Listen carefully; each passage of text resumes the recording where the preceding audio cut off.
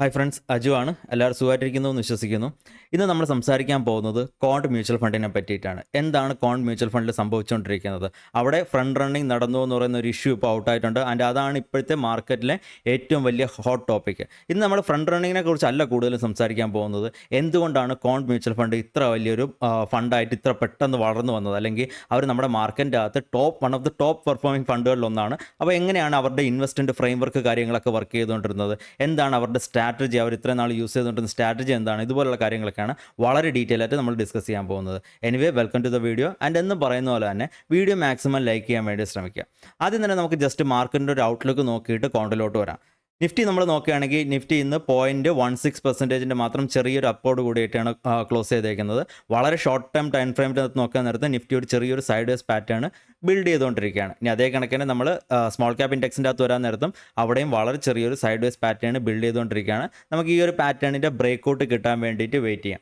Globally നോക്കുകയാണെങ്കിലും വേറെ വലിയ നെഗറ്റീവ് ന്യൂസ് കാര്യങ്ങളൊന്നും തന്നെ ഇല്ല. നാസ്ഡാക്ക് ആണെങ്കിലും അതൊരു കണ്ടിന്യൂസ് അപ് ട്രെൻഡിനകത്ത് തന്നെയാണ് നിൽക്കുന്നത്. ഇനി അതേ കണക്കിന് ബിറ്റ് കോയിൻ നോക്കാൻ നേരത്ത് അത് അതിൻ്റെ സ്റ്റിൽ ആ ഒരു സൈഡ് വേസ് മൊമെൻറ്റത്തിൽ തന്നെ ട്രാപ്പായി കിടക്കുകയാണ്. അപ്പം ഗ്ലോബലി വലിയ ന്യൂസ് ഫ്ലോയും കാര്യങ്ങളൊന്നും ഇല്ലാത്തതുകൊണ്ട് തന്നെ നമുക്ക് നമ്മുടെ മാർക്കറ്റും ഒരു നിയർ ടൈമിൽ നമ്മൾ നോക്കാൻ നേരത്ത്, അതായത് ഒരു 6 to 1 year നോക്കാൻ നേരത്ത് ഹൈലി ബുള്ളിഷ് ആയിട്ടുള്ള മൊമെൻറ്റം തന്നെ കണ്ടിന്യൂ ചെയ്യാനുള്ള ചാൻസസ് ആണ് ഏറ്റവും കൂടുതൽ നമ്മൾ കാണുന്നത്. ഓക്കെ, ഇനി നമുക്ക് നമ്മുടെ ഇന്നത്തെ കോർ ടോപ്പിക് ആയിട്ടുള്ള കോണ്ടിലോട്ട് തിരിച്ചു വരാം. കോണ്ട് നമ്മൾ നോക്കാൻ നേരത്ത് ഏകദേശം ഇവരുടെ ഈ ഒരു ഫണ്ട് ഹൗസ് എന്ന് പറയുന്നത് 93,000 കോടിയുടെ വലിയൊരു അസറ്റ് മാനേജ് ചെയ്യുന്ന ഇന്ത്യക്കകത്ത് നോക്കുകയാണെങ്കിൽ മറ്റ് ഇവരുടെ പിയർ കമ്പനീസ് അല്ലെങ്കിൽ പിയർ അസറ്റ് മാനേജേഴ്സിൻ്റെ കമ്പനീസിനെ വെച്ച് നോക്കിയാലും ഇൻഡെക്സുകൾ വെച്ച് നോക്കിയാലും എല്ലാത്തിനെയും വളരെയധികം വലിയ പെർസെൻറ്റേജിൽ ഔട്ട് പെർഫോം ചെയ്ത് പൊയ്ക്കൊണ്ടിരിക്കുന്ന ഒരു വളരെ നല്ലൊരു മ്യൂച്വൽ ഫണ്ട് ഹൗസാണ് കോണ്ട് എന്ന് പറയുന്നത്. അപ്പോൾ അതിൻ്റെ ഇതിൻ്റെ അകത്ത് ഇപ്പോൾ വന്നേക്കുന്ന ഇഷ്യൂ എന്ന് പറഞ്ഞു കഴിഞ്ഞാൽ ഇവർ ഇതിൻ്റെ അകത്ത് ഫ്രണ്ട് റണ്ണിങ് ചെയ്യുന്നു എന്ന് പറയുന്ന ഒരു ഇഷ്യൂ ആണ് സെബി ഇവിടെ ഉന്നയിച്ചിരിക്കുന്നത്. ഫ്രണ്ട് റണ്ണിങ് എന്ന് പറയുമ്പോഴത്തേക്കും എന്താണ്, അതായത് ഫണ്ട് അവരുടെ പൊസിഷൻസ് ബിൽഡ് ചെയ്യുന്നതിന് മുന്നേ തന്നെ ഫണ്ടിൻ്റെ അകത്തുള്ള സ്റ്റാഫോ ഫണ്ട് മാനേജറോ കാര്യങ്ങളൊക്കെ അവരവരുടെ പേഴ്സണൽ അക്കൗണ്ടുകളിൽ ഏതെങ്കിലുമൊക്കെ സ്റ്റോക്കുകളിൽ പൊസിഷൻ ബിൽഡ് ചെയ്യും. പിന്നീട് ഫണ്ട് അവരുടെ ക്യാപിറ്റൽ ഉപയോഗിച്ചുകൊണ്ട് അവരുടെ ഇൻവെസ്റ്റേഴ്സ് അതിൻ്റെ അകത്തിരുന്ന പൈസ ഉപയോഗിച്ചുകൊണ്ട് ആ പൈസയിലൂടെ അവർ പൊസിഷൻസ് ബിൽഡ് ചെയ്യാൻ നേരത്തെ ഈ സ്റ്റോക്ക് പ്രൈസ് കുറച്ചുകൂടി അപ്രിഷിയേറ്റ് ആയിട്ട് മുന്നോട്ട് പോവുകയും പിന്നീട് അവർ വിൽക്കുന്നതിന് മുന്നായിട്ട് ഫണ്ട് വിൽക്കുന്നതിന് മുന്നായിട്ട് തന്നെ ഈ സ്റ്റോക്കുകളുടെ ഈ എംപ്ലോയീസോ അല്ലെങ്കിൽ ഇതിൻ്റെ ഫണ്ട് മാനേജർ നേരത്തെ കൂട്ടി ക്യാഷ് ബുക്ക് ചെയ്തിറങ്ങുക, ഇതുപോലുള്ള കാര്യങ്ങളൊക്കെയാണ് നമ്മൾ ഫ്രണ്ട് റണ്ണിങ് എന്ന് പറയുന്നത്. അപ്പോൾ ആ ഒരു അലിഗേഷനാണ് ഇവിടെ ഉന്നയിച്ചിരിക്കുന്നത്. അതിൻ്റെ കോണ്ടാണോ അല്ലെങ്കിൽ കോണ്ട് മാത്രമേ ഇത് ചെയ്തിട്ടുള്ളൂ എന്ന് ചോദിച്ചു കഴിഞ്ഞാൽ അല്ല, നമ്മൾ ഹിസ്റ്റോറിക്ക് നോക്കാൻ നേരത്ത് പല മ്യൂച്വൽ ഫണ്ടുകളും ഈ ഒരു പ്രശ്നത്തിൽ പെട്ടിട്ടുണ്ട്. അപ്പോൾ അതിൻ്റെ അകത്ത് റീസെൻ്റ് ആയിട്ട് നമ്മൾ നോക്കുകയാണെങ്കിൽ ആക്സിസ് മ്യൂച്വൽ ഫണ്ടും ഇതേ കണക്കിന് ഫ്രണ്ട് റണ്ണിങ്ങിൽ പിടിക്കപ്പെട്ടിട്ടുള്ള ഒരു ഫണ്ടാണ്. അപ്പോൾ ഇതേ കണക്ക് പല ഫണ്ടുകളിൽ ഇതുപോലുള്ള അലിഗേഷൻസ് കാര്യങ്ങളൊക്കെ വരുന്നതായിരിക്കും. അപ്പോൾ സെബി അതിൻ്റെ അകത്ത് അന്വേഷണങ്ങൾ നടത്തുന്നതായിരിക്കും. പിന്നീട് അതിൻ്റെ ഇതനുസരിച്ച് എത്രമാത്രം ഗ്രാവിറ്റിയിൽ ചെയ്തിട്ടുണ്ട്, എത്ര നാൾ ചെയ്തിട്ടുണ്ട്, എത്ര സ്റ്റോക്കുകളിൽ ചെയ്തിട്ടുണ്ട്, ഇതുപോലുള്ള കാര്യങ്ങളൊക്കെ പതുക്കെ തെളിഞ്ഞ് വരുന്നതിനനുസരിച്ചിട്ട് സെബി അതിനനുസരിച്ചിട്ടുള്ള ഡിസിഷൻസ് അല്ലെങ്കിൽ അതിനനുസരിച്ചുള്ള പെനാൽറ്റീസോ മറ്റ് ശിക്ഷാ കാര്യങ്ങളൊക്കെ എന്തൊക്കെയാണെന്ന് വെച്ചാൽ അപ്പോൾ അറിയിക്കുന്നതായിരിക്കും. ഓക്കെ, അപ്പോൾ ഇതാണ് നമ്മുടെ മാർക്കറ്റിൽ ഇപ്പം കോണ്ടിൽ സംഭവിച്ചുകൊണ്ടിരിക്കുന്ന ഒരു ഇഷ്യൂ എന്ന് പറയുന്നത്. പക്ഷേ നമ്മൾ കോണ്ടിൻ്റെ ഈ ഒരു ഇഷ്യൂവിനെ മാറ്റി നിർത്തിയിട്ട് കോണ്ട് മ്യൂച്വൽ ഫണ്ട് മൊത്തത്തിൽ നോക്കുകയാണെങ്കിൽ ഇത്ര കണ്ട് നല്ല റിട്ടേൺസ് തന്ന ഒരു കോണ്ട് മ്യൂച്വൽ ഫണ്ട് അവരെങ്ങനെയാണ്, അവരുടെ ഫ്രെയിം വർക്ക് എന്താണ്, എന്തുകൊണ്ടാണ് അവർക്ക് ഇത്ര കണ്ട് ഹയർ പെർസെൻറ്റേജിൽ റിട്ടേൺസ് തരാൻ പറ്റിയത്, ഈ കാര്യത്തിന് പറ്റിയിട്ടാണ് നമ്മൾ ഇന്ന് വളരെയധികം ഡീപ്പായിട്ട് ഡിസ്കസ് ചെയ്യാൻ പോകുന്നത്. ആദ്യം തന്നെ നമ്മൾ കോണ്ടിൻ്റെ അവരുടെ CIO അല്ലെങ്കിൽ ചീഫ് ഇൻവെസ്റ്റ്മെൻറ്റ് ഓഫീസറും ഫൗണ്ടറും ആരാണെന്ന് ചോദിച്ചു കഴിഞ്ഞാൽ അത് സന്ദീപ് ടാൻഡൺ എന്ന് പറയുന്ന വ്യക്തിയാണ്. അതിൻ്റെ പുള്ളിക്ക് ഏകദേശം 10-34 വർഷത്തെ എക്സ്പീരിയൻസ് ഉണ്ട് ഈ ഒരു മ്യൂച്വൽ ഫണ്ട് ഇൻഡസ്ട്രിക്കകത്തും അതേ കണക്കിന് ഷെയർ മാർക്കറ്റിലൊക്കെ അത്യാവശ്യം നല്ല എക്സ്പീരിയൻസ് ഉള്ള ഒരു വ്യക്തിയാണ്. GIC മ്യൂച്വൽ ഫണ്ട് 1990-92 കാലഘട്ടങ്ങളിൽ അതിൻ്റെ അകത്ത് പ്രവർത്തിച്ചിരുന്ന ഒരു വ്യക്തിയാണ്. അതിനുശേഷം IDBIയുടെ മ്യൂച്വൽ ഫണ്ടിൽ ഫസ്റ്റ് എംപ്ലോയി ആയിട്ട് 1995 ജോയിൻ ചെയ്തൊരു വ്യക്തിയാണ് ഈ പുള്ളിക്കാരൻ. ആൻഡ് ഹർഷത് മേത്തയുടെ ആകെ ഒരു ബുൾ റൺ നടന്ന 90-92 ടൈം ഫ്രെയിമിലൊക്കെ മാർക്കറ്റായിട്ട് ഉണ്ടായിരുന്നതും അതേ കണക്കിന് ആ ഒരു ഹർഷത് മേത്ത ക്രാഷ് വരുന്നതിന് മുന്നായിട്ട് മാർക്കറ്റ് കൃത്യമായിട്ട് ടൈം ചെയ്ത് എക്സിറ്റ് ചെയ്തിട്ടുള്ള ഒരു വ്യക്തിയും കൂടെയാണ് ഈ ഒരു സന്ദീപ് ടാൻഡൺ എന്ന് പറയുന്ന ഈ ഫണ്ട് മാനേജ് ചെയ്യുന്ന വ്യക്തി.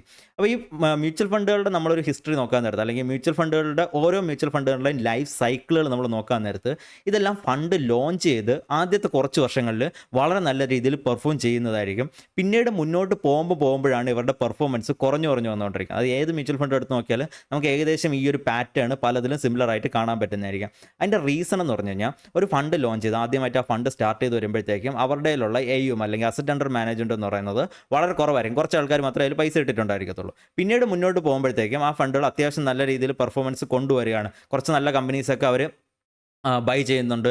പിന്നെ മാത്രമല്ല മാർക്കറ്റിന് കൃത്യമായിട്ടൊന്ന് ടൈം ചെയ്യാനും കൂടെ പറ്റുകയാണെങ്കിൽ അവർ അത്യാവശ്യം ഗ്രോത്ത് കൊണ്ടുവരുന്നതായിരിക്കും. അപ്പോൾ ഈ ഗ്രോത്ത് കണ്ടിട്ട് കൂടുതൽ ആൾക്കാർ ഇതിൻ്റെ അകത്തോട്ട് പൈസ ഇടുന്നതായിരിക്കും. കൂടുതൽ ആൾക്കാർ പൈസ ഇടുമ്പോഴത്തേക്ക് എന്ത് പറ്റുന്നു, ഈ ഫണ്ടിന് ഈ ഇവരുടെ കയ്യിലുള്ള ഓൾറെഡി ഹോൾഡിങ്ങിലുള്ള സ്റ്റോക്കുകൾ തന്നെ കൂടുതൽ മേടിക്കാനുള്ള ഒരു ഓപ്പർച്യൂണിറ്റി അവിടെ കിട്ടുകയാണ്. അപ്പോൾ കൂടുതൽ മേടിക്കുന്നതിനനുസരിച്ച് ആ സ്റ്റോക്കുകൾ കൂടുതൽ പെർഫോം ചെയ്യും. കൂടുതൽ പെർഫോം ചെയ്യുന്നതിനനുസരിച്ച് കൂടുതൽ നല്ല ഗ്രോത്ത് പെർസെൻറ്റേജ് അല്ലെങ്കിൽ CAGR ടൈംസിൽ ഗ്രോത്തുകൾ കാണിക്കാൻ പറ്റുന്നതിനനുസരിച്ചിട്ട് കൂടുതൽ ആൾക്കാർ ഇത് കണ്ട് ഇൻട്രസ്റ്റഡ് ആയിട്ട് കൂടുതൽ പൈസ കൊണ്ടുവരും. അപ്പോൾ എത്രണ്ട് പൈസ വരുന്നു അത്രണ്ട് സെയിം സ്റ്റോക്കുകൾ മേടിക്കുന്നു, അത്രണ്ട് സെയിം സ്റ്റോക്കുകൾ പെർഫോം ചെയ്ത് പോകുന്നു. ഇതെല്ലാം മ്യൂച്വൽ ഫണ്ടുകൾ സംഭവിക്കുന്നതാണ്. ലാസ്റ്റ് സംഭവിക്കുന്നത് എന്ന് വെച്ചാൽ ഒരു പരിധി കഴിയാൻ നേരത്ത് പിന്നെ അവർക്ക് എക്സിറ്റ് എടുക്കാൻ പറ്റാതായി പോകും. കാരണം ഇവർ നല്ല രീതിയിലുള്ള ഗ്രോത്ത് കൊണ്ടുവരുന്നെങ്കിൽ അതിൻ്റെ അർത്ഥം എന്ന് വെച്ച് കഴിഞ്ഞാൽ അവർ സ്മോൾ ക്യാപ്പ് അതല്ലെങ്കിൽ മൈക്രോ ക്യാപ്പ് ടൈപ്പ് സ്റ്റോക്കുകളായിരിക്കും ഇൻവെസ്റ്റ് ചെയ്തുകൊണ്ടിരിക്കുന്നത്. അല്ലെങ്കിൽ വളരെ ചെറിയ മാർക്കറ്റ് ക്യാപിറ്റലൈസുകൾ കമ്പനി ലാർജ് ക്യാപ്പിലോട്ട് പോകാത്തുള്ള ടൈപ്പ് കമ്പനീസിലായിരിക്കും ഇൻവെസ്റ്റ് ചെയ്തുകൊണ്ടിരിക്കുന്നത്.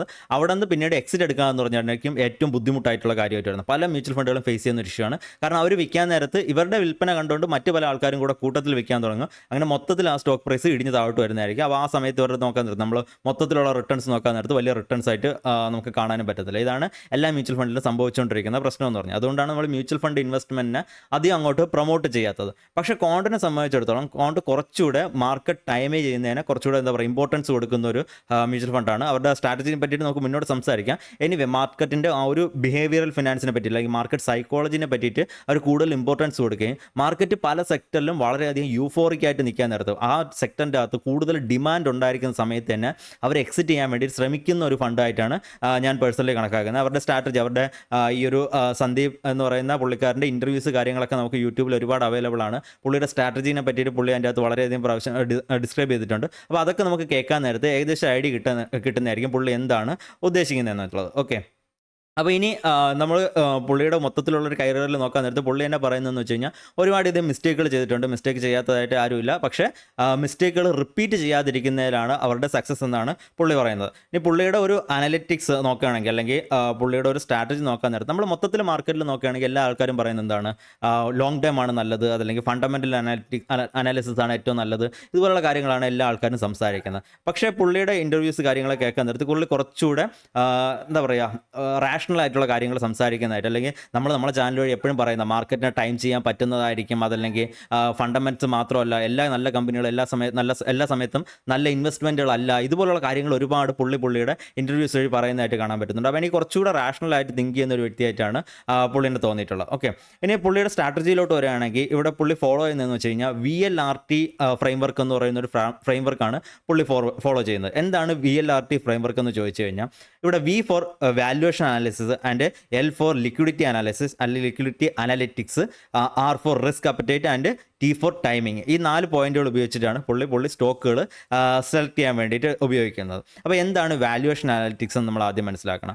നമുക്കറിയാം നമ്മളൊരു സ്റ്റോക്ക് എടുക്കാൻ നേരത്ത് അതിൻ്റെ അകത്ത് എൻട്രി വാല്യുവേഷനും എക്സിറ്റ് വാല്യുവേഷനും എന്ന് പറഞ്ഞത് വളരെ ഇമ്പോർട്ടൻ്റ് ആയിട്ടുള്ള കാര്യമാണ്. നമ്മൾ പല സ്റ്റോക്കുകളും നല്ല രീതിയിൽ ഗ്രോത്ത് കാണുന്നു, നമ്മൾ ആ സ്റ്റോക്ക് പെർഫോം ചെയ്യുന്നത് കണ്ടിട്ട് നമ്മൾ ഇരിക്കപ്പുറത്ത് ഇല്ലാത്ത സ്റ്റോക്കിൻ്റെ അകത്ത് പോയി പൊസിഷൻ എടുക്കാൻ നേരത്ത് നമ്മളെല്ലാവരും വിട്ടുപോകുന്ന ഒരു കാര്യമാണ് അത് എത്ര വാല്യുവേഷനിലാണ് നിൽക്കുന്നത്. അത് 100ൻ്റെ P-യിലാണോ നിൽക്കുന്നത്, 150ൻ്റെ P-യിലാണോ നിൽക്കുന്നത്, 10ൻ്റെ P-യിലാണോ നിൽക്കുന്നത് നമ്മൾ നോക്കാറില്ല. എത്രയുടെ P-യിലാണ് നമ്മൾ നോക്കിയിട്ട് എൻട്രി എടുത്താൽ മാത്രമേ അത് അതിൻ്റെ അകത്ത് പിന്നെ ഗ്രോത്തിൻ്റെ ഒരു ഓപ്പർച്യൂണിറ്റി നമുക്ക് തുറന്നു വയ്ക്കുന്നുള്ളൂ. അപ്പോൾ ഈ ഒരു എൻട്രി വാല്യുവേഷൻ വളരെയധികം ഇമ്പോർട്ടൻ്റ് ആയിട്ടുള്ള കാര്യമാണ്. പിന്നെ മാത്രമല്ല മാർക്കറ്റിൻ്റെ മൊത്തത്തിലുള്ള വാല്യുവേഷനും എല്ലാം തന്നെ ഈ വാല്യുവേഷൻ അനാലിറ്റിക്സിൻ്റെ അകത്ത് വരുന്നുണ്ട്. ഇത് പുള്ളി പറയുന്ന വളരെ ഇൻട്രസ്റ്റിംഗ് ആയിട്ടുള്ള കാര്യം എന്താണെന്ന് ചോദിച്ചു കഴിഞ്ഞാൽ പുള്ളി തന്നെ പറയുന്നുണ്ട്, നമുക്കറിയാം നമ്മുടെ മാർക്കറ്റ് ഓവർ വാല്യൂഡ് ആണ്. പല ആൾക്കാരും ഇതിനെ പറ്റിയിട്ട് ഒരുപാട് സംസാരിക്കുന്നുണ്ട്. മാർക്കറ്റിൻ്റെ വാല്യൂഷൻ വളരെ ഹൈ ആണ്, സ്റ്റോക്കുകളുടെ വാല്യൂഷൻ വളരെ ഹൈ ആണ് എന്നൊക്കെ പറഞ്ഞിട്ട് ഒരുപാട് ആൾക്കാർ സംസാരിക്കുന്നുണ്ടായിട്ട് പുള്ളി തന്നെ പറയുന്നുണ്ട്. പക്ഷേ എന്നിട്ടും നമ്മുടെ മാർക്കറ്റ് ദിനം പ്രതി പുതിയ ഓൾ ടൈം ഹൈസ് ഹിറ്റ് ചെയ്തുകൊണ്ടിരിക്കുകയാണ്. പുതുതായിട്ട് നമ്മുടെ മാർക്കറ്റ് ഈ ഹൈസ് ഉണ്ടാക്കാൻ നേരത്ത് ഈ വാല്യൂഷൻ തിയറീസ് വർക്ക് ചെയ്യാത്തതായിട്ട് നമ്മൾ കാണുന്നുണ്ട്. എന്തുകൊണ്ടാണ് ഇങ്ങനെ സംഭവിക്കുന്നത്? കാരണം എന്തെന്ന് വെച്ച് കഴിഞ്ഞാൽ നമ്മൾ വാല്യൂഷൻ എന്നൊരു ക്രൈറ്റീരിയ നോക്കാൻ നേരത്ത് വാല്യൂഷനെ മാത്രം നമ്മൾ ഐസൊലേറ്റ് ചെയ്ത് നോക്കാൻ പാടില്ല.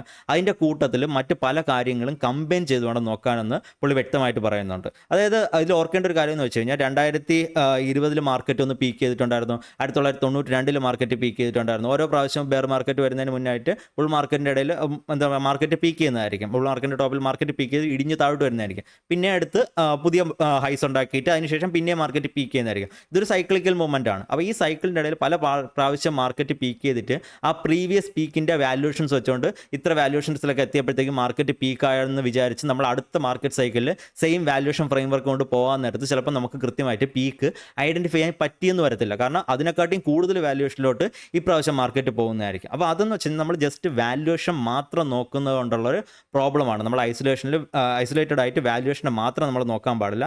മറിച്ച് അതിൻ്റെ കൂട്ടത്തിൽ നമ്മൾ മാർക്കറ്റിൻ്റെ ലിക്വിഡിറ്റി കാര്യങ്ങളൂടെ നോക്കണം. 2000 നമ്മളെ മാർക്കറ്റിലുണ്ടായിരുന്ന ലിക്വിഡിറ്റി അല്ല ഇപ്പോൾ 2007 ഉണ്ടായിരുന്നത്. 2007 8 ഉണ്ടായിരുന്ന ലിക്വിഡിറ്റി അല്ല 2020 ഉണ്ടായിരുന്നത്. 2020 ഉണ്ടായിരുന്ന ലിക്വിഡിറ്റി അല്ല 2022 ഇപ്പോൾ 24 ഉള്ളത്. അപ്പം ഓരോ പ്രാവശ്യവും ലിക്വിഡിറ്റി കൂടുന്നതിനനുസരിച്ചിട്ട് നമുക്ക് ഈ വാല്യൂഷൻസ് എന്ന് പറഞ്ഞാൽ പിന്നെ ഹയർ ആയി പൊയ്ക്കൊണ്ടിരിക്കുക. അപ്പോൾ ഈ ലിക്വിഡിറ്റി നമ്മൾ അതിൻ്റെ കൂട്ടത്തിൽ നോക്കണം. അപ്പോൾ അതുകൊണ്ടാണ് ഫസ്റ്റ് VLRT ഫ്രെയിംവർക്കിൻ്റെ അകത്ത് ഫസ്റ്റ് വരുന്ന ക്രൈറ്റീരിയ എന്ന് വെച്ച് കഴിഞ്ഞാൽ വി എന്ന് പറയുന്നത് വാല്യൂഷൻ അനാലിറ്റിക്സും അത് കണക്ക് സെക്കൻഡ് വരുന്നത് ലിക്വിഡിറ്റി അനാലിറ്റിക്സും ആണ്. ഓരോ പ്രാവശ്യം മാർക്കറ്റിൻ്റെ അകത്ത് എത്രമാത്രം ലിക്വിഡിറ്റി ഉണ്ട്, എത്രമാത്രം ഇതിൻ്റെ വാല്യൂഷൻസ് ഹയർ സൈഡിലോട്ട് പോകാൻ വേണ്ടി പറ്റും, എത്രമാത്രം സ്റ്റോക്ക് പ്രൈസുകൾ പെർഫോം ചെയ്ത് മേലിലോട്ട് പോകാൻ പറ്റും, ഇതുപോലുള്ള കാര്യങ്ങളിലൂടെ നമ്മൾ അനലൈസ് ചെയ്യേണ്ടതായിട്ട് വരും. ഇനി മൂന്നാമത്തെ പുള്ളിയുടെ റിസ്ക് അപ്പറ്റൈറ്റ് എന്ന് പറയുന്നത് ഗ്രോത്ത് ഓപ്പർച്യൂണിറ്റിയാണ് ഇവിടെ ബേസിക്കലി കണക്കാക്കുന്നത്. ഗ്രോത്ത് എന്ന് പറയുമ്പോഴത്തേക്കും അത് India as A country grow ചെയ്യുന്നതും നമ്മുടെ ഷെയർ മാർക്കറ്റ് ഗ്രോ ചെയ്യുന്നതും അതിൻ്റെ കൂട്ടത്തിൽ കമ്പനീസ് എടുക്കാൻ നേരത്ത് ആ കമ്പനിക്കകത്തുള്ള റിസ്ക് അപ്പറ്റൈറ്റ്, കമ്പനിയുടെ ഗ്രോത്ത്, ഫ്യൂച്ചറിലോട്ടുള്ള ഗ്രോത്ത് ഓപ്പർച്യൂണിറ്റി, എത്രമാത്രം കമ്പനി പെർഫോം ചെയ്തിട്ടുണ്ട്, ഇതുപോലുള്ള കാര്യങ്ങളൊക്കെയാണ്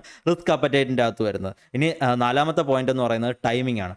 ഇത് പല മ്യൂച്വൽ ഫണ്ടുകളും അല്ലെങ്കിൽ പല നമ്മൾ കാണുന്ന PMS മാനേജേഴ്സോ ഫണ്ട് മാനേജേഴ്സോ അവർ ഇൻ്റർവ്യൂവിൽ ഒന്നും പറയാത്തൊരു പോയിന്റാണ് ടൈമിങ്ങിനെ പറ്റിയിട്ട്. കാരണം എല്ലാവരും പറയുന്നതെന്ന് വെച്ച് കഴിഞ്ഞാൽ നമുക്ക് മാർക്കറ്റിന് ഒരിക്കലും ടൈം ചെയ്യാൻ പറ്റത്തില്ല, മാർക്കറ്റിൻ്റെ അകത്ത് നമ്മുടെ ടൈമിംഗ് അല്ല ഇമ്പോർട്ടൻറ്റ്, നമ്മുടെ ടൈം ഇൻ ദ മാർക്കറ്റാണ് ഇമ്പോർട്ടൻറ്റ് എന്നൊക്കെ പറഞ്ഞുകൊണ്ട് ഒരുപാട് ഘോരമായിട്ട് സംസാരിക്കണം നമ്മൾ കേട്ടിട്ടുണ്ട്. പക്ഷേ നമ്മൾ നോക്കാൻ നേരത്ത് ഈ ഒരു സംഭവം ടൈമിംഗ് എന്ന് പറയുന്നത് വളരെ ഇമ്പോർട്ടൻ്റ് ആയിട്ടുള്ള കാര്യമാണ്. ഈ ടൈം ചെയ്യാൻ വേണ്ടി പറ്റത്തില്ല എന്ന് പറയുന്ന ആൾക്കാർ പോലും ഇൻഡയറക്റ്റ് ആയിട്ട് അവർ മാർക്കറ്റിനെ ടൈം ചെയ്യാൻ വേണ്ടി വളരെയധികം ശ്രമിക്കുന്നുണ്ട്. അവർ ടൈം യൂസ് ചെയ്യുന്ന ഫ്രെയിംവർക്കുകളോ അല്ലെങ്കിൽ അതിൻ്റെ സ്ട്രാറ്റജീസോ കാര്യങ്ങളൊക്കെ വളരെയധികം ഡിഫറൻ്റ് ആയിരിക്കും. പക്ഷേ എന്നിരുന്നാലും എല്ലാ ആൾക്കാരും മാർക്കറ്റിൻ്റെ അകത്ത് ടൈം ചെയ്യാൻ വേണ്ടിയിട്ട് ശ്രമിക്കുന്നുണ്ട്. എല്ലാ ബിസിനസ്മെനും മാർക്കറ്റിനെ ടൈം ചെയ്യാൻ വേണ്ടി ശ്രമിക്കുന്നുണ്ട്. ഇപ്പോൾ ഒരു ബിസിനസ്മെനെ സംബന്ധിച്ചിടത്തോളം അയാൾ കൃത്യമായിട്ടുള്ള ടൈമിലല്ല അയാളുടെ ഒരു പ്രോഡക്റ്റ് ലോഞ്ച് ചെയ്യുന്നതെങ്കിൽ അതിന് കൃത്യമായിട്ടുള്ള റീച്ച് കിട്ടിയെന്ന് വരത്തില്ല. ഒരു സാധനത്തിന് മാർക്കറ്റിൻ്റെ അകത്ത് ഡിമാൻഡ് ഇല്ലാത്ത സമയത്ത് ആ പ്രോഡക്റ്റ് ഉണ്ടാക്കി മാർക്കറ്റിൻ്റെ അകത്തോട്ട് ചുമ്മാ സപ്ലൈ ചെയ്തുകൊണ്ടിരുന്നിട്ട് കാര്യമില്ല. അപ്പോൾ അവിടെ ടൈമിംഗ് എന്ന് പറയുന്നത് വളരെ ഇമ്പോർട്ടൻ്റ് ആയിട്ടുള്ള കാര്യമാണ്. അതേ കണക്കിന് ഒരു ഇൻവെസ്റ്ററിനെ സംബന്ധിച്ചിടത്തോളം അയാൾക്ക് മാർക്കറ്റിൻ്റെ അകത്ത് കൃത്യമായിട്ടുള്ള ഓപ്പർച്യൂണിറ്റി ഉള്ള സമയത്ത് മാത്രമേ ബൈ ചെയ്യാനും സെൽ ചെയ്യാനും പറ്റത്തുള്ളൂ. അല്ലാതെ തോന്നിയ സമയത്ത് നമ്മളതിൽ പൈസ ഉണ്ടെന്ന് കരുതിയിട്ട് നമ്മൾ ഏതെങ്കിലും സ്റ്റോക്ക് പോയിട്ട് മേടിക്കുന്നത്, നമുക്ക് പൈസയ്ക്ക് ആവശ്യമുണ്ടെന്ന് കരുതിയിട്ട് നമ്മൾ പോയിട്ട് തോന്നിയ പോലെ സ്റ്റോക്കുകൾ സെല് ചെയ്യുകയും ചെയ്തു കഴിഞ്ഞാൽ നമുക്ക് അതിൻ്റെ അകത്തുനിന്ന് പൈസ ഉണ്ടാക്കാൻ പറ്റണമെന്നില്ല. അപ്പോൾ ടൈമിംഗ് എന്ന് പറയുന്നത് വളരെ ഇമ്പോർട്ടൻ്റ് ആയിട്ടുള്ള സംഭവമാണ്. നമ്മൾ മാർക്കറ്റിനെ കൃത്യമായിട്ട് ടൈം ചെയ്യാൻ പറ്റും, സൈക്കിൾസ് ടൈം ചെയ്യാൻ പറ്റും എന്നുള്ള രീതിയിൽ തന്നെയാണ് പുള്ളി സംസാരിക്കുന്നത്. അതിന് പുള്ളി ഉപയോഗിക്കുന്ന സംഭവം എന്ന് വെച്ച് കഴിഞ്ഞാൽ മാർക്കറ്റിൻ്റെ അകത്ത് ഒരു ബിഹേവിയറൽ സയൻസ് ആണ്. അല്ലെങ്കിൽ അവിടെ എത്രമാത്രം യൂഫോറിയ ബിൽഡ് ചെയ്തുകൊണ്ടിരിക്കുകയാണ്, എത്രമാത്രം പെസിമിസം ഉണ്ട്, ഇതുപോലുള്ള കാര്യങ്ങളൊക്കെ വെച്ചിട്ടാണ് പുള്ളി മാർക്കറ്റിനെ ടൈം ചെയ്യാൻ വേണ്ടി ശ്രമിക്കുന്നത്. അതിന് പറയുന്നതെന്ന് വെച്ച് കഴിഞ്ഞാൽ entry is an art and exit is A data science എന്നാണ് പുള്ളി പറയുന്നത്. അതായത് നമുക്കൊരു സ്റ്റോക്കിൻ്റെ അകത്ത് എൻട്രി എടുക്കണമെങ്കിൽ അത് വലിയ കാര്യമൊന്നുമില്ല. ഒരു സ്റ്റോക്കിൻ്റെ വാല്യൂഷൻ കംഫർട്ട് കാര്യങ്ങളൊക്കെ കിട്ടുമ്പോഴത്തേക്ക് നമുക്ക് അതിൻ്റെ അകത്ത് കൃത്യമായിട്ട് എൻട്രി എടുക്കാൻ പറ്റുന്നതായിരിക്കും. പക്ഷേ അതിൻ്റെ അകത്ത് എക്സിറ്റ് എടുക്കുക എന്ന് പറഞ്ഞാൽ കുറച്ചധികം ബുദ്ധിമുട്ടായിട്ടുള്ള കാര്യമാണ്. കാരണം ഓരോ ദിവസവും സ്റ്റോക്ക് പ്രൈസുകൾ ഹയർ ഹൈസ് അടിച്ച് പൊയ്ക്കൊണ്ടിരിക്കുന്നതായിരിക്കും. നമുക്ക് സ്റ്റോക്കിൻ്റെ അകത്ത് എന്ന് പുതിയ പോസിറ്റീവ് ന്യൂസുകൾ കിട്ടിക്കൊണ്ടിരിക്കുന്നതായിരിക്കും. ഒരു പുതിയ ആൾക്കാർ, പുതിയ ഫണ്ടുകൾ, പുതിയ ഇൻവെസ്റ്റേഴ്സ് ആ സ്റ്റോക്കിൻ്റെ അകത്ത് വന്നുകൊണ്ടിരിക്കുകയായിരിക്കും. അപ്പോൾ അതിൻ്റെ അകത്ത് നമുക്ക് വാല്യൂഷൻ ഡിസ്കംഫോർട്ട് വരാൻ നേരത്ത് ഇത്ര രണ്ട് പോസിറ്റീവ് സിനാരിയോ നമ്മുടെ ചുറ്റും നിൽക്കാൻ നേരത്ത് നമുക്ക് അതിൻ്റെ അകത്ത് എക്സിറ്റ് എടുക്കുക എന്ന് പറയുന്നത് വളരെയധികം ഡിഫിക്കൽട്ട് ആയിട്ടുള്ള കാര്യമാണ്. അത് കൃത്യമായിട്ട് മാനേജ് ചെയ്യാൻ കൂടെ പറ്റിയാൽ മാത്രമേ, അല്ലെങ്കിൽ മാർക്കറ്റിന് ആ രീതിയിൽ കൂടെ ടൈം ചെയ്യാൻ വേണ്ടി പറ്റിയാൽ മാത്രമേ നമുക്ക് കൃത്യമായിട്ട് ഒരു ലോങ് ടൈമിൽ വെൽത്ത് ക്രിയേറ്റ് ചെയ്യാൻ പറ്റുള്ളൂ എന്നാണ് പറഞ്ഞേക്കുന്നത്. അതിൻ്റെ പല ആൾക്കാരും പറയുന്ന ഒരു കാര്യമാണ്, നമ്മൾ ലോങ് ടൈം ഇൻവെസ്റ്റർ ആണോ എന്ന് പറയുന്നുണ്ട്. പക്ഷേ നമ്മൾ തന്നെ നമ്മുടെ ചാനൽ വഴിയിട്ട് പല വീഡിയോസ് ഇട്ടിട്ടുണ്ടായിരുന്നു. Long time investment actually work ചെയ്യത്തില്ല, അല്ലെങ്കിൽ ഏതൊരു സ്റ്റോക്കും ലോങ് ടൈമിൽ നമുക്ക് വെൽത്ത് ക്രിയേറ്റ് ചെയ്ത് തരത്തില്ല എന്നൊക്കെ പറഞ്ഞുകൊണ്ട് നമ്മൾ ഒരുപാട് വീഡിയോസ് ഇട്ടിട്ടുണ്ടായിരുന്നു. ആൻഡ് അതിനെ റീകൺഫേം ചെയ്യുന്ന രീതിയിൽ പുള്ളിയുടെ ഇൻ്റർവ്യൂവിൽ പുള്ളി പറഞ്ഞിട്ടുണ്ട്, ഇൻവെസ്റ്റേഴ്സ് ലോങ് ടൈം ആയിരിക്കാം, അസറ്റ് ക്ലാസ് ലോങ് ടൈം ആയിരിക്കാം, പക്ഷേ ഒരിക്കലും സ്റ്റോക്കുകളും സെക്ടറുകളും ലോങ് ടൈം അല്ല എന്ന് പുള്ളി വളരെ കൃത്യമായിട്ട് പറഞ്ഞിട്ടുണ്ട്. അതായത് ഒരേ സ്റ്റോക്ക് തന്നെ ലോങ് ടൈമിൽ പെർഫോം ചെയ്ത് പോകണമെന്ന് ഒരു നിർബന്ധമില്ല, ഒരേ സെക്ടർ തന്നെ ലോങ് ടൈമിൽ പെർഫോം ചെയ്യണമെന്ന് പറഞ്ഞ് ഒരു നിർബന്ധമില്ല. നമ്മൾ മൊത്തത്തിൽ ഇക്വിറ്റി ഷെയർ മാർക്കറ്റ് എന്ന സാധനത്തിൽ മൊത്തത്തിൽ നോക്കാൻ നേരത്ത് ലോങ് ടൈമിൽ പെർഫോം ചെയ്യാം. അതല്ലെങ്കിൽ മൊത്തത്തിൽ നമ്മളൊരു ഇൻവെസ്റ്റർ, നമ്മൾ മാർക്കറ്റിൻ്റെ അകത്ത് ലോങ് ടൈമിൽ ഇൻവെസ്റ്റർ ആയിരിക്കണം എന്ന് പറയുന്നത് തിയറിയും വർക്ക് ചെയ്യുന്നതായിരിക്കാം. പക്ഷേ ഏത് സ്റ്റോക്കിൽ എത്ര സമയം ഇൻവെസ്റ്റ് ചെയ്യണം എന്നുള്ളത് ഒരിക്കലും ലോങ് ടൈം അല്ല, അത് വ്യത്യാസപ്പെട്ടുകൊണ്ടിരിക്കും. ഏത് സെക്ടറിൽ നമ്മൾ ഉണ്ടായിരിക്കണം എന്നുള്ളത് അത് കൃത്യമായിട്ട് നമുക്ക് പറയാൻ പറ്റത്തില്ല. അത് ഓരോ സമയത്തും മാർക്കറ്റിൻ്റെ ബിഹേവിയറിലും ആ സമയത്ത് ആ സെക്ടറിൽ ഉണ്ടായിരിക്കുന്ന ടെയിൽ വിൻഡ് കാര്യങ്ങളൊക്കെ അനുസരിച്ച് ഡിപ്പെൻഡ് ചെയ്തിരിക്കുന്ന കാര്യമാണ്. അത് മാറിക്കൊണ്ടിരിക്കും. നമുക്ക് ഒരിക്കലും തന്നെ അവിടെ ലോങ് ടേം എന്ന് പറയുന്ന സ്ട്രാറ്റജി അങ്ങനെ ഇന്ന സ്റ്റോക്കിൽ എന്താ പറയുക ഇന്ന സെക്ടറിൻ്റെ ഞാൻ ലോങ് ടേമിൽ ഇൻവെസ്റ്റ് ചെയ്യുകയാണെന്നുള്ള സംഭവം നമുക്ക് വളരെ ലോങ്ങിൽ നോക്കാൻ നേരത്ത്, അതായത് 5-10 വർഷത്തെ ടൈം ഫ്രെയിമിൽ നോക്കാൻ നേരത്ത് നമുക്ക് എല്ലായ്പ്പോഴും വർക്ക് ചെയ്യണമെന്നില്ല എന്ന് പുള്ളി കൃത്യമായിട്ട് അതിൽ പറയുന്നുണ്ട്. ഓക്കെ. പിന്നെ മാത്രമല്ല, ഈ ഇൻവെസ്റ്റിംഗ് എന്ന് പറയുന്ന ഒരു സംഭവത്തിൻ്റെ അകത്ത് ബയാസസുകൾക്ക് വളരെയധികം ഇമ്പോർട്ടൻ്റ് ആയിട്ടുള്ള റോളുണ്ട്. നമ്മളൊരു ഹ്യൂമൻ ഇമോഷൻസ് ആണ് നമ്മുടെ സ്റ്റോക്ക് മാർക്കറ്റ് റിട്ടേൺസിനെ ഡ്രൈവ് ചെയ്യുന്ന ഏറ്റവും വലിയൊരു മേജർ ഫാക്ടർ എന്ന് പറയുന്നത്. അതായത് നമുക്ക് ഒരു സ്റ്റോക്കിനകത്ത് നമ്മൾ പൊസിഷൻസ് ബിൽഡ് ചെയ്തു, 100 രൂപയ്ക്ക് നമ്മൾ സ്റ്റോക്ക് മേടിച്ച്, ആ 100 രൂപ നമ്മൾ മേടിച്ച സ്റ്റോക്ക് 120 പോവുകയാണെങ്കിൽ ആ 120 സ്റ്റോക്ക് പ്രൈസ് പോകുന്നതുകൊണ്ട് നമ്മൾ അതിൻ്റെ അകത്ത് വളരെയധികം ബയസ്ഡ് ആയിരിക്കും. നമ്മൾ അതിൻ്റെ അകത്ത് വളരെയധികം പോസിറ്റീവായിട്ട് തിങ്ക് ചെയ്യുന്നു. ഈവൻ ദോ ആ സ്റ്റോക്കിൻ്റെ ഏർണിങ്സ് വരുന്നില്ല, ആ സ്റ്റോക്കിൻ്റെ അകത്ത് വേറെ എന്തെങ്കിലും നെഗറ്റീവ് ആയിട്ടുള്ള ന്യൂസ് വരുന്നുണ്ട്, കാര്യങ്ങളൊക്കെ നടക്കുന്നുണ്ടെങ്കിൽ പോലും അതിൻ്റെ ഷെയർ പ്രൈസിൻ്റെ പെർഫോമൻസ് മാത്രം വെച്ചുകൊണ്ട് നമ്മൾ ആ സ്റ്റോക്കുകളിൽ ബയസ്ഡ് ആവാറുണ്ട്. അത് നല്ല രീതിയിൽ പെർഫോം ചെയ്യും, ഇത് ഇന്ന ഗവൺമെൻറ്റിൻ്റെ സപ്പോർട്ട് ചെയ്യുന്ന കാര്യമാണ്, ഇന്ന രീതിയിൽ ഒരു ബഡ്ജറ്റ് വരികയാണെങ്കിൽ അത് ഈ സ്റ്റോക്കിനെ വളരെയധികം പോസിറ്റീവായിട്ട് അഫക്റ്റ് ചെയ്യുന്നതായിരിക്കും. ഈ രീതിയിൽ ഒരുപാട് പോസിറ്റീവായിട്ട് നമ്മൾ ഓരോ സ്റ്റോക്കുകളെ പറ്റിയിട്ടും അതിൻ്റെ ജസ്റ്റ് പ്രൈസ് മൂവ്മെൻറ്റ് വെച്ച് മാത്രം നമ്മൾ തിങ്ക് ചെയ്യാറുണ്ട്. അതിൻ്റെ കാരണം എന്ന് വെച്ച് കഴിഞ്ഞാൽ നമ്മൾ ഹ്യൂമൻസ് എന്ന് പറയുന്നത് ബയസ്ഡ് ആയിരിക്കും. നമ്മൾ പല കാര്യങ്ങളും കണ്ണുകൊണ്ട് നേരിട്ട് കാണുന്ന പല കാര്യങ്ങളും നമ്മൾ ഒരുപാടധികം കൂടി ബയസ്ഡ് ആയിട്ട് ചിന്തിക്കുന്നതായിരിക്കും. ഓക്കെ. പക്ഷേ ഇതിൻ്റെ പിന്നിൽ ഒരുപാട് സൈക്കോളജിക്കൽ ആയിട്ടുള്ള കാര്യങ്ങളുണ്ട്. നമുക്കിങ്ങനെ ബയസ്ഡ് ആയിട്ട് തിങ്ക് ചെയ്തുകൊണ്ട് ലോങ് ടേമിൽ നമുക്ക് വെൽത്ത് ക്രിയേറ്റ് ചെയ്യാൻ പറ്റത്തില്ല. എൻ്റെ എപ്പോഴും പറയുന്ന ഒരു കാര്യം, പുള്ളിയുടെ ഏത് വീഡിയോ എടുത്ത് നോക്കിയാലും അതിൽ പറയുന്നൊരു കാര്യം എന്ന് വെച്ച് കഴിഞ്ഞാൽ പ്രൈസ് റിസ്ക് ആണ് ഏറ്റവും കൂടുതൽ ആൾക്കാരെ അഫക്റ്റ് ചെയ്യുന്ന ഒരു സാധനം. അത് സ്റ്റോക്ക് പ്രൈസ് മേലോട്ട് പോകുന്നു, സ്റ്റോക്ക് പ്രൈസ് താഴോട്ട് പോകുന്നു എന്നുള്ളൊരു ഫാക്ടറാണ് ഏറ്റവും കൂടുതൽ ആൾക്കാരെ അഫക്റ്റ് ചെയ്യുന്ന ഒരു സാധനം. അതിൻ്റെ പുള്ളിയുടെ ഈ ഫ്രെയിം വർക്കിൻ്റെ അകത്ത് ഒരു 2/3 വെയിറ്റേജ് കൊടുത്തേക്കുന്നത് മാക്രോ ഡേറ്റയ്ക്കും 1/3 വെയിറ്റേജ് മാത്രമേ ഈ വാല്യുവേഷൻ അനലിറ്റിക്സ് എന്ന് പറയുന്ന ആ ഒരു പർട്ടിക്കുലർ പോയിന്റ് കൊടുത്തിട്ടുള്ളൂ. ഈ 1/3 വെയിറ്റേജ് കൊടുത്തേക്കുന്ന വാല്യുവേഷൻ അനാലിറ്റിക്സ് എന്ന് പറഞ്ഞ പോയിന്റിനകത്ത് പ്രൈസിൻ്റെ വെയിറ്റേജ് അല്ലെങ്കിൽ പ്രൈസ് റിസ്ക് എന്ന് പറയുന്ന സാധനത്തിൻ്റെ വെയിറ്റേജ് എന്ന് പറയുന്നത് പുള്ളി മൊത്തത്തിലുള്ള ഈ ഒരു ഫ്രെയിം വർക്കിനും 9% താഴോട്ട് കൊണ്ടുവന്നിട്ടുണ്ട്. ഓക്കെ. അപ്പോൾ അങ്ങനെ വരാൻ നേരത്ത് പ്രൈസ് താഴോട്ട് ഇടിയുന്നോ ഇല്ലയോ എന്നുള്ളത് ഒരു ഇൻവെസ്റ്റ്മെൻറ്റിൽ നിന്ന് എക്സിറ്റോ എൻട്രിയോ എടുക്കാൻ വേണ്ടിയിട്ടുള്ള ഒരു ഇമ്പോർട്ടൻറ്റ് ഫാക്ടറായിട്ട് വരുന്നതായിരിക്കത്തില്ല. അപ്പോൾ അങ്ങനെ ഒരു ഫ്രെയിം വർക്ക് ഫോളോ ചെയ്യുന്നതും പുള്ളിയുടെ ഈ ഒരു സക്സസ്സിന് വളരെയധികം ഹെൽപ്പ് ചെയ്തിട്ടുള്ളൊരു കാര്യമാണ്. പിന്നെ ഇതിൻ്റെ അകത്തും പുള്ളി പറയുന്ന ഒരു കാര്യം എന്ന് വെച്ച് കഴിഞ്ഞാൽ നമ്മളെപ്പോഴും ഒരുപാട് കാര്യങ്ങളെ അസംഷനെ ബേസ് ചെയ്തിട്ട് നമ്മൾ ഇൻവെസ്റ്റ്മെൻറ്റിൽ ചെയ്യാറുണ്ട്. അങ്ങനെ ചെയ്യരുത്. അസംഷൻസ് അല്ല, അനലിറ്റിക്സ് ആണ് വർക്ക് ചെയ്യുന്നതെന്ന് പറഞ്ഞിട്ടുണ്ട്. ഇപ്പോൾ അസംഷൻസ് എന്ന് പറയുമ്പോഴത്തേക്കും ഇലക്ഷനിൽ ഇന്ന ഗവൺമെൻറ് വരും, ബജറ്റിൽ ഇന്ന സാധനം സംഭവിക്കും, ഇനി അതല്ലെങ്കിൽ ഓർഡർ ബുക്ക് ഇത്ര നാളിൻ്റെ അകത്ത് എക്സിക്യൂട്ട് ആവും, അതല്ലെങ്കിൽ ഇപ്പോൾ ഇങ്ങനെ ഒരുപാട് കാര്യങ്ങൾ സംഭവിക്കും. ഇതെല്ലാം തന്നെ എന്താണ്, ഇതെല്ലാം ജസ്റ്റ് കാറ്റലിസ്റ്റുകളാണ്. ഈ കാറ്റലിസ്റ്റുകൾ നമുക്ക് ഹിസ്റ്റോറിക്കലി ഉള്ള ഇമ്പോർട്ടൻസ് അല്ലെങ്കിൽ അതിനുള്ള റെഫറൻസുകളായിട്ട് മാത്രം നമ്മൾ കൊടുത്താൽ മതി.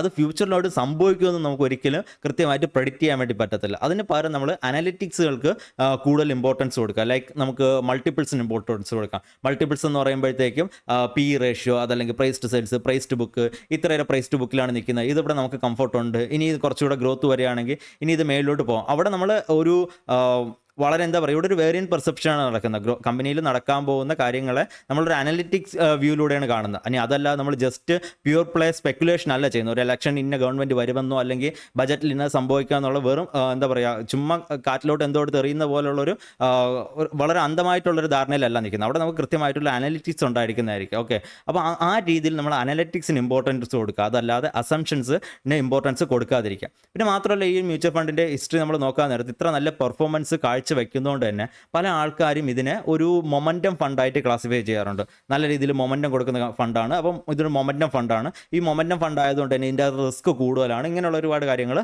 ആൾക്കാർ സംസാരിക്കാറുണ്ട്. അതായത് ആൽഫ എത്രയാണ്ട് കൂടുതൽ ക്രിയേറ്റ് ചെയ്യുന്നുണ്ടോ അതിനനുസരിച്ചിട്ട് ബീറ്റയും കൂടുതലായിരിക്കുമെന്ന് ആൾക്കാർ സംസാരിക്കാറുണ്ട്. എന്താണ് ആൽഫ എന്ന് ചോദിച്ചു കഴിഞ്ഞാൽ ഒബ്വിയസ്ലി അതിൻ്റെ അകത്ത് നടക്കുന്ന ആ ഒരു വെൽത്ത് ക്രിയേഷൻ, അതിൻ്റെ അകത്ത് എത്രമാത്രം ക്യാപിറ്റൽ ബിൽഡ് ചെയ്യുന്നുള്ളതിനാണ് നമ്മൾ ആൽഫ ബിൽഡിംഗ് എന്നുകൊണ്ട് ഉദ്ദേശിക്കുന്നത്. അതേ കണക്ക് ആ സ്റ്റോക്കിൻ്റെ വോളറ്റിലിറ്റിനെയാണ് നമ്മൾ ബീറ്റ കൊണ്ട് ഉദ്ദേശിക്കുന്നത്. ഓക്കെ. അപ്പോൾ ആൽഫയും ബീറ്റയും എപ്പോഴും കോറിലേറ്റഡ് ആണ്, അത് പ്രൊപ്പോർഷണൽ ആണ് എന്നുള്ള രീതിയിലായിരിക്കും ആൾക്കാർ സംസാരിക്കുന്നത്. പക്ഷേ പുള്ളി പറയുന്നതെന്ന് വെച്ച് കഴിഞ്ഞാൽ പുള്ളി അങ്ങനെ അല്ല വർക്ക് ചെയ്യുന്നത്. ഇവരെപ്പോഴും ഏറ്റവും ഹേറ്റഡ് ആയിട്ടുള്ള ഇൻഡസ്ട്രിക്കകത്തോ സ്റ്റോക്കിൻ്റെ അകത്തോ ഒക്കെ പൊസിഷൻസ് ബിൽഡ് ചെയ്യാൻ വേണ്ടി ശ്രമിക്കുന്നതായിരിക്കും. പിന്നെ അതേ കണക്ക് തന്നെ ഏറ്റവും കൂടുതൽ ആൾക്കാർ അഡ്മയർ ചെയ്യുന്ന ഇൻവെസ്റ്റേഴ്സ് ഏറ്റവും കൂടുതൽ ഇൻട്രസ്റ്റഡ് ആയിരിക്കുന്ന ടൈപ്പ് സ്റ്റോക്കുകളിൽ നിന്നോ സെക്ടേഴ്സിൽ നിന്നൊക്കെ എക്സിറ്റ് എടുക്കാൻ വേണ്ടി ശ്രമിക്കുന്നതായിരിക്കും. അതിന് ആക്ച്വലി ഇതിൻ്റെ ഓപ്പോസിറ്റ് ആണ് ചെയ്യുന്നത്. അവർ മൊമെൻറ്റത്തിന് അല്ല ചേസ് ചെയ്യുന്നതെന്നോട് പറയുന്നുണ്ട്. പിന്നെ മാത്രമല്ല, ഈ മൊമെൻറ്റോ എന്ന് പറയുമ്പോഴത്തേക്കും പല ആൾക്കാരും ചിന്തിക്കുന്നതെന്ന് വെച്ച് കഴിഞ്ഞാൽ മൊമെൻറ്റോ എന്ന് പറയുമ്പോൾ അതിൻ്റെ അകത്ത് പ്രൈസ് മൊമെൻറ്റോ ആണ് ഉദ്ദേശിക്കുന്നത്. ആക്ച്വലി പ്രൈസ് മൊമെൻറ്റോ അല്ല, EPS മൊമെൻറ്റോ ആണ് നോക്കുന്നത് എന്നുള്ള രീതിയിലാണ് പുള്ളി സംസാരിക്കുന്നത്. പ്രൈസ് മൊമെൻറ്റത്തിൻ്റെ അകത്ത് നമുക്ക് പ്യൂർലി ഷെയർ പ്രൈസിൻ്റെ പെർഫോമൻസ് മാത്രമേ ഉണ്ടായിരിക്കത്തുള്ളൂ.